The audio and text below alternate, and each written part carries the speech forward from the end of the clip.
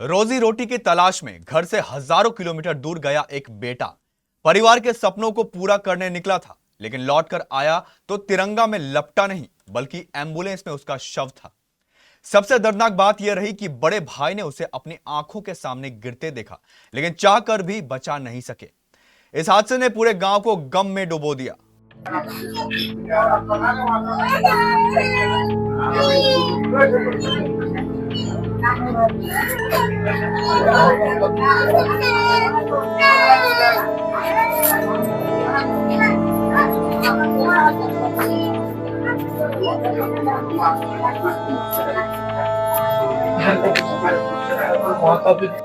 पूर्णिया जिले के बायसी प्रखंड के हमडाग गांव में रहने वाले प्रवासी मजदूर मुजाहिद आलम की मुंबई में एक दर्दनाक हादसे में मौत हो गई।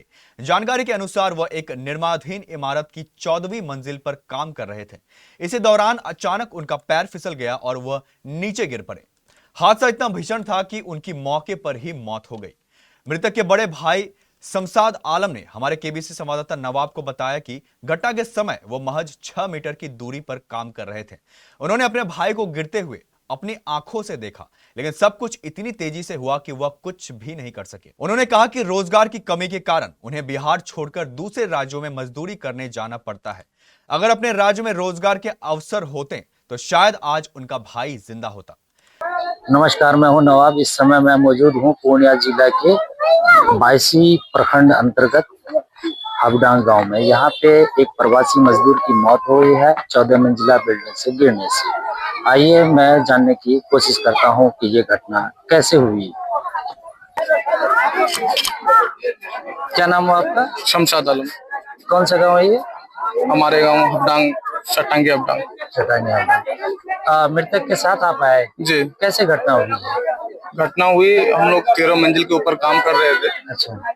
वो इतना मालूम चला कि पैर फिसलने में वो नीचे आ गए। आप साथ में थे? ये दूरी 5-6 मीटर का दूरी में थे। अच्छा अच्छा अच्छा। तो आप अपनी आंख से देखे? हम लोग गिरते हुए आंख से नहीं देखे। अच्छा अच्छा।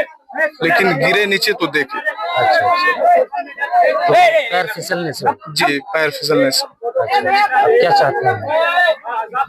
हमारे बिहार में तो इतने ये चीज तो होती ही कुछ सदियों से हमारे बिहार सरकार के अंदर तो चीज है नहीं। हम लोगों की गरीबी तो है और रहेगा ऐसा। तो हम लोग जब गरीबी इंसान जान देने के लिए परदेश जा रहे हैं, उनके अलावा कोई हम लोग के अंदर भी कोई चारा भी नहीं है। हमारे यहाँ ना रोजगार मिलेगा, ना किसी को जॉब मिलेगा, ना किसी को 2 रोटी मिलने वाला है।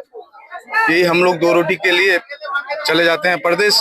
परदेश में होते कुछ नहीं, वो जान देना पड़ता है। तो आप सरकार से क्या चाहते हैं? हमारी सरकार, हमारे बिहार की सरकार ज्यादा से ज्यादा गरीबों की रेखा करने के लिए मुआवजा दे और उनको जॉब मिलना चाहिए। इसका मतलब आप चाहते हैं कि यहाँ पे कोई रोजगार? जी, रोजगार चाहिए। और प्रशासन से आप क्या चाहते हैं? प्रशासन से अभी क्या चाहेंगे? अभी तो मदद का कोई चारा अच्छा विचार नहीं रखा है। अगर विचार रहा तो उनसे सहयोग करेंगे। ठीक है। वहाँ से कंपनी ने कुछ दिया कि नहीं? कंपनी से अभी बात चल रही है, आगे का अभी कार्रवाई मालूम नहीं चला है क्या होने वाला है। एफआईआर हुआ था? जी, एफआईआर भी हुआ था। ठीक। क्या नाम हुआ आपका? मेरा शमशाद आलम। शमशाद आलम। मुजाहिद आलम अपने परिवार की आर्थिक जिम्मेदारियां उठाने के लिए मुंबई में मजदूरी कर रहे थे। छोटे भाई की पढ़ाई, बहनों की शादी और माता पिता की देखभाल का पूरा दायित्व उन्हीं के कांधों पर था। मुंबई से उनका शव बागडोगरा एयरपोर्ट लाया गया, जहां से एम्बुलेंस के जरिए पैतृक गांव हमडाग पहुंचाया गया। शव के गांव पहुंचते ही पूरे इलाके में मातम छा गया और परिजनों का रो रो कर बुरा हाल हो गया।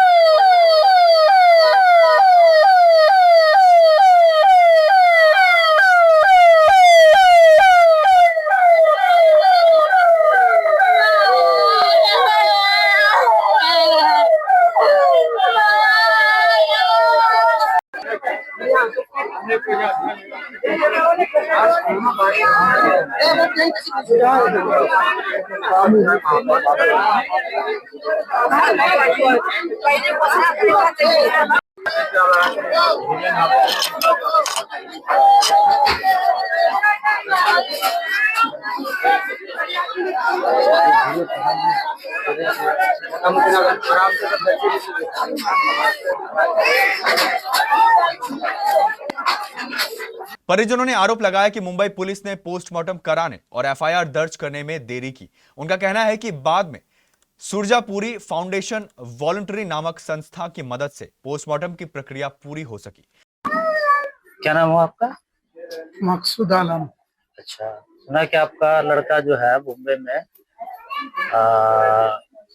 वहां से बिल्डिंग से गिर के जो है उनकी मौत हो गई। जी, कैसे हुआ ये घटना? क्या मालूम कैसे? है?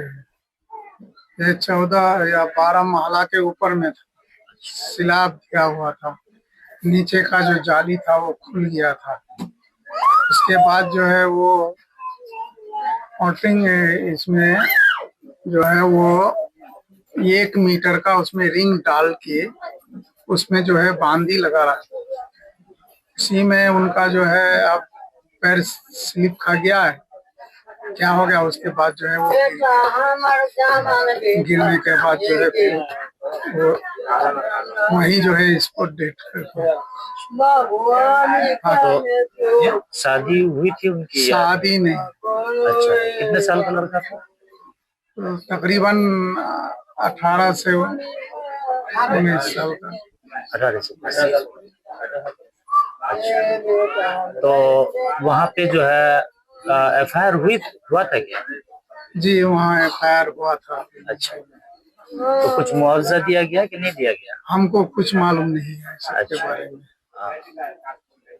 हम कुछ नहीं तो आप जानते। क्या चाहेंगे कि सरकार की तरफ से आपको क्या कोई मदद मिलनी चाहिए? सरकार के तरफ से जो मुआवजा मिलना चाहिए, जो इंसाफ मिलना चाहिए, उसको हमको जो है दिलाया जाए इंसाफ। सरकार से यही मांग है मेरी। आप उनके कौन है? जी, आप मृतक के कौन है? पिता है। क्या नाम हो आपका? खैरुन निसा। खैरुन निसा। खैरुन निसा। खैरुन निसा। अच्छा, ये जो लड़का आपका कैसे मरा?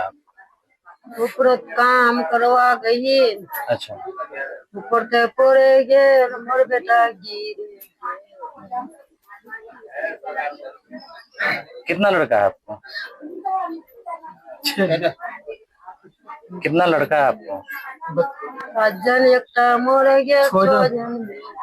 अच्छा, 6 लड़का है।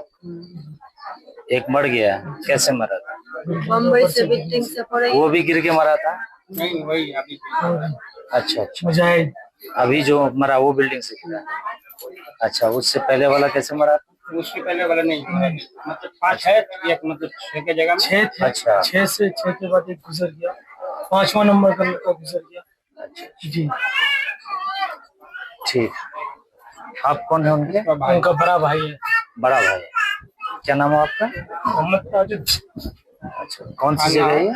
जी, ये हफ्तांग सुबह मालूमपुर, वार्ड नंबर 7। अच्छा, हबडांग है ना? ये आपका 22 प्रखंड आता है? जी जी, ब्लॉक भी 22 है लोग जी। तो घटना के बारे में कुछ बता सकते हैं आप? सर बताइए कि हम लोग तो यहाँ पे हैं और घटना तो मुंबई में हुआ है।